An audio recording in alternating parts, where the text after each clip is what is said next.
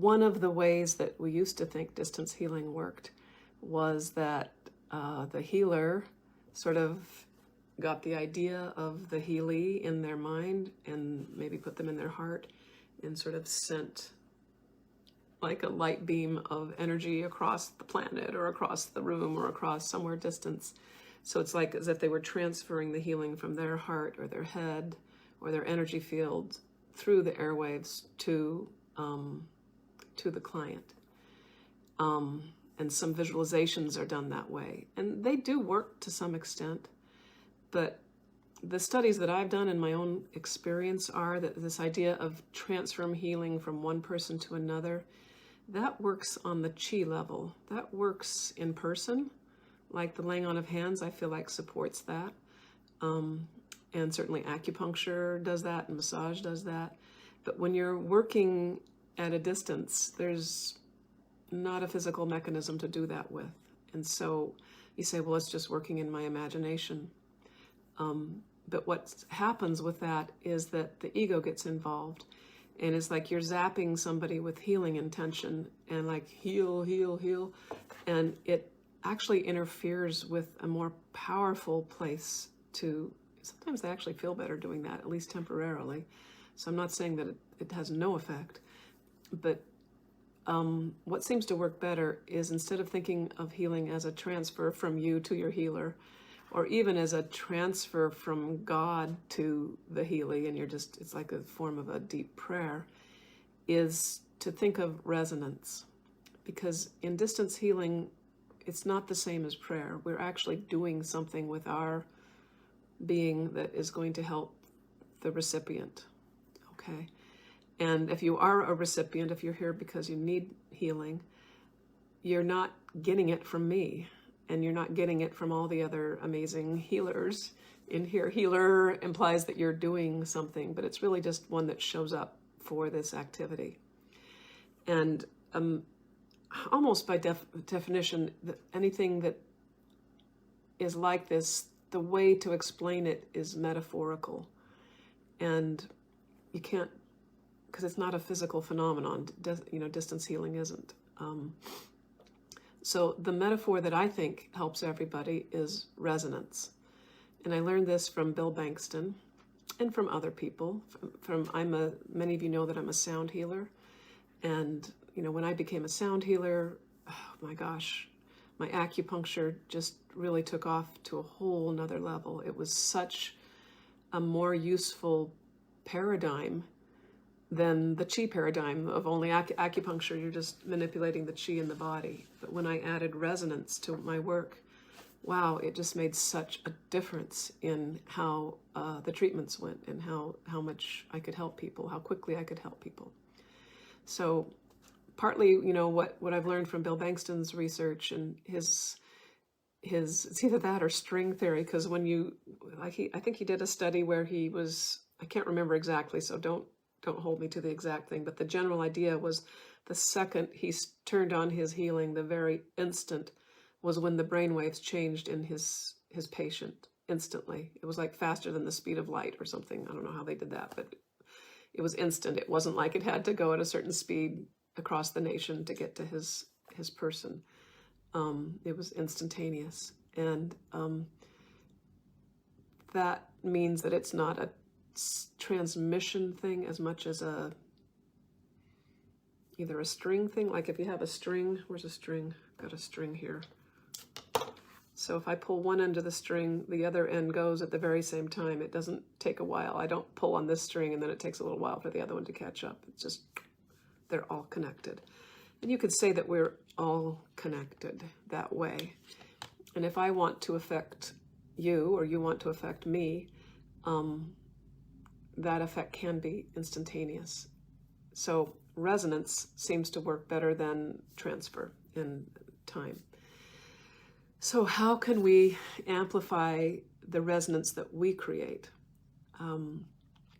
I suspect that one reason that groups amplify the power of distance healing is because of the resonant bond that we create with each other.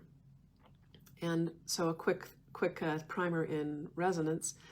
If you sing in a shower, you'll notice that you suddenly have this great it sounds so good. And it's because the walls of the shower are resonating and amplifying the frequency of your voice. If you're a really great singer, you know how to do that from your own apparatus, your own vocal cords and your own breathing and all that. But if you're not a very great singer and you find yourself in a spot where suddenly you can sound and it sounds so powerful and strong and all that, that's because of resonance. So resonance happens, it's actually a sound wave kind of thing, but I actually feel like consciousness and intention could be thought of as waveforms. And I don't know if this is science or metaphor, so just bear with me. I think it's a little of both. Hi, Joseph. So things that vibrate, things that have resonant frequencies with each other are create resonance. So with a tuning fork, I wish I had one right here, I don't. At the tuning fork, there's like a loop with a little handle on it.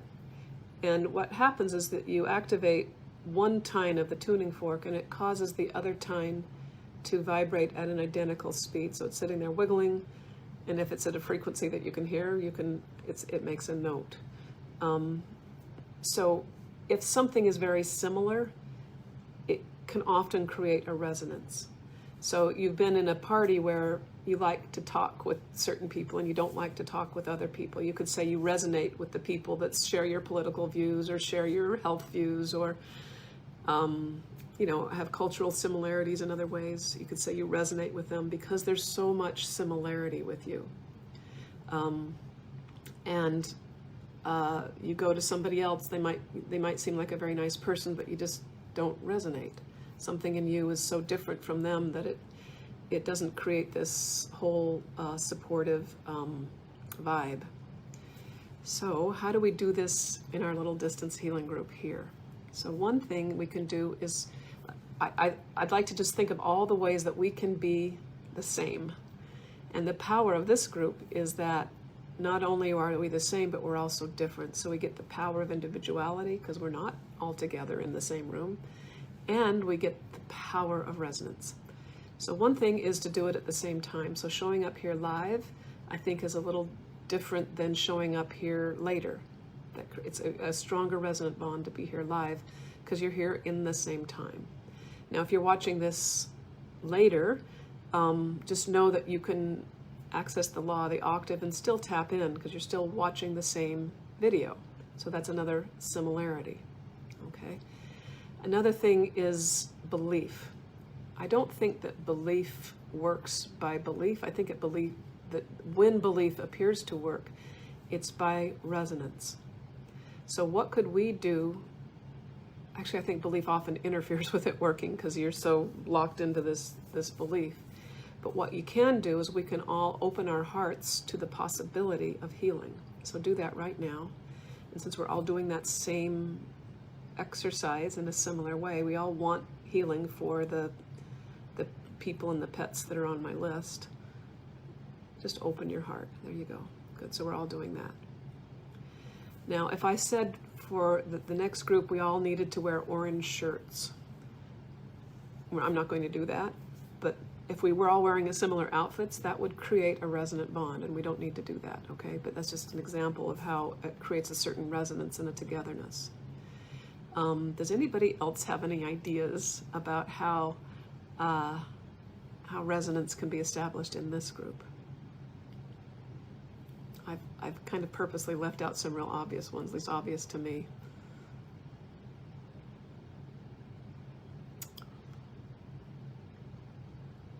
All right, you're all just thinking, oh gosh, I don't know what you're talking about.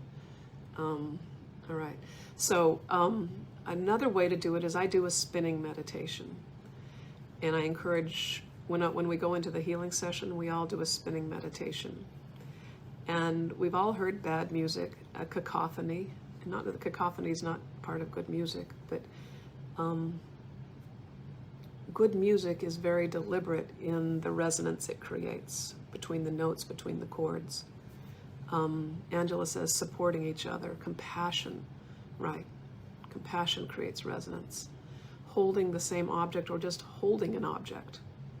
But let's try, that's a good idea, Ingrid. Let's all hold a writing implement. Okay, so I have this one. I'm going to hold this.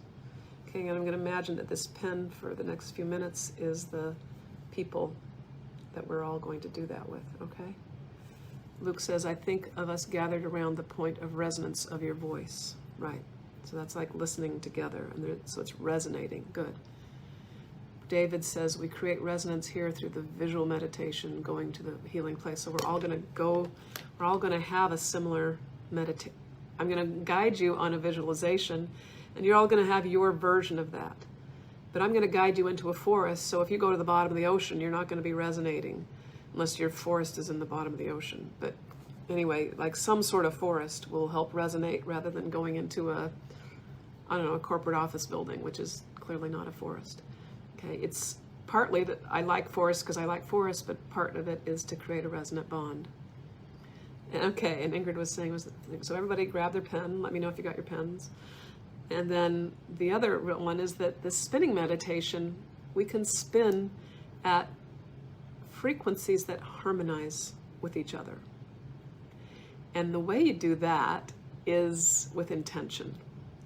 So right now, before we actually get into the actual meditation, I'd like you to imagine that you have your rapid image cycle, if you know the Bengston Method, or if you're new, just imagine you have a ball of light spinning above your head or behind your head, and it's spinning at a frequency that either matches or harmonizes, makes a beautiful chord with everybody else who's also doing that.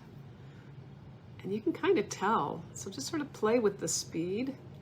You can even ask for the speed to come to you that would be perfect for resonating, creating a good resonance in today's session. Okay. Good. And this is like my very favorite because I get flows and chills, and I really feel so connected to all of you when I'm cycling at a frequency that matches and harmonizes with the intention of this group, which is to give healing to the people and the pets who have their names on the list and the others who add them later. Okay, good. All right, great. Okay, any other ideas? The forest, Greg says yeah, Angela says a corporate office building is clearly not a forest, yeah. And the forest pond, the resonant bond. Also, we go around in a circle. Part of the imagery I use when we get into the forest, we all have different versions of what that sacred inner place looks like, and in fact it might even change each time we go into it. But going around, we go to a circle, and that creates a resonance. And also with time traveling, if you come over and over and over and over again to a certain pattern, so going on the forest path, going to the gatekeeper, going into the sanctuary, that's all something we repetitively do. If you do something over and over and over again, you start resonating with that place, and it reminds you of all the other times you've been there. And that will either stop your healing or enhance your healing.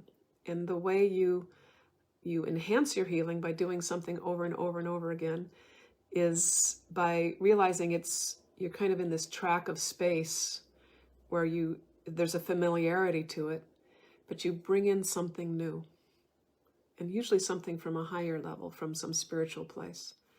So that will allow the internal resonance that we each have with doing this exercise again and again and again to